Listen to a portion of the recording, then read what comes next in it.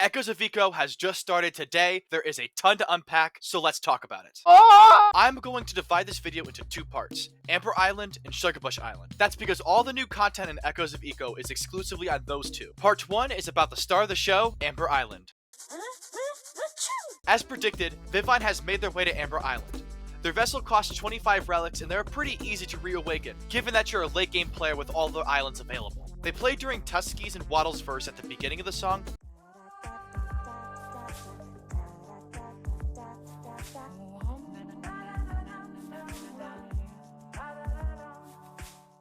and then in the chorus immediately after Flamox's verse.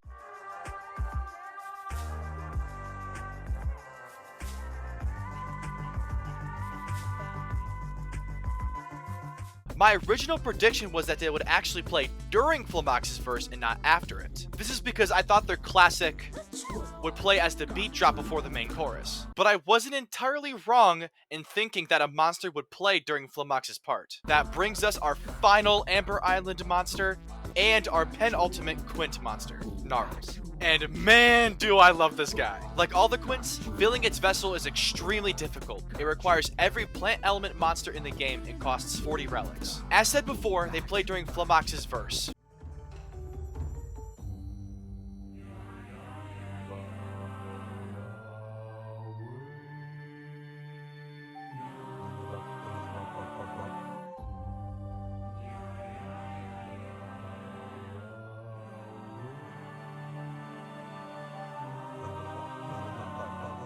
I love the sound. My only wish is that the last note carried into the chorus, but other than that, I think it's a great addition. But that isn't the only verse Gnarls is in. With its inclusion in the song, it brings an entire new verse at the very end. Give it a listen.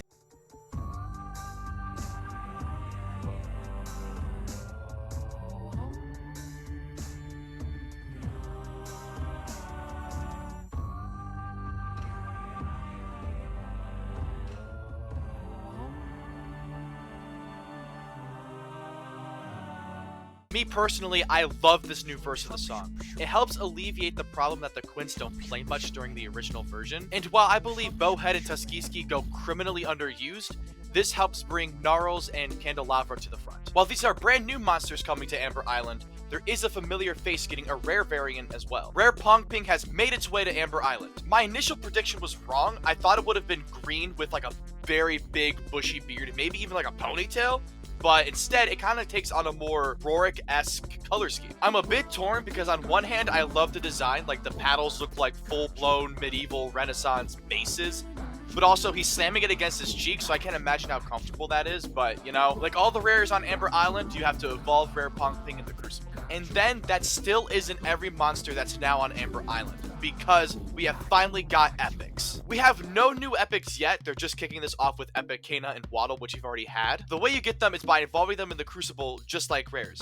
And you can actually use rares to increase your odds of getting an epic. That is all the content surrounding monsters. However, with the addition of Echoes of Eco, there is a bunch of new changes as well. As with any season, Amber Island gets its own seasonal skin and seasonal obstacles, as well as the standard holiday deals that you normally get around the seasons. The most notable of these promotions is half off on the Amber Island castle.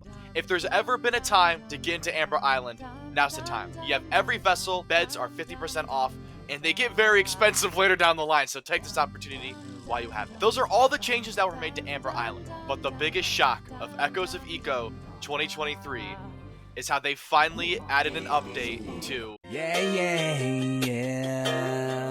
Vivine is now on Shugabush Island. I will be making a separate video soon describing how big of a deal this is. But for now, here's what Vivine sounds like on Shugabush Island.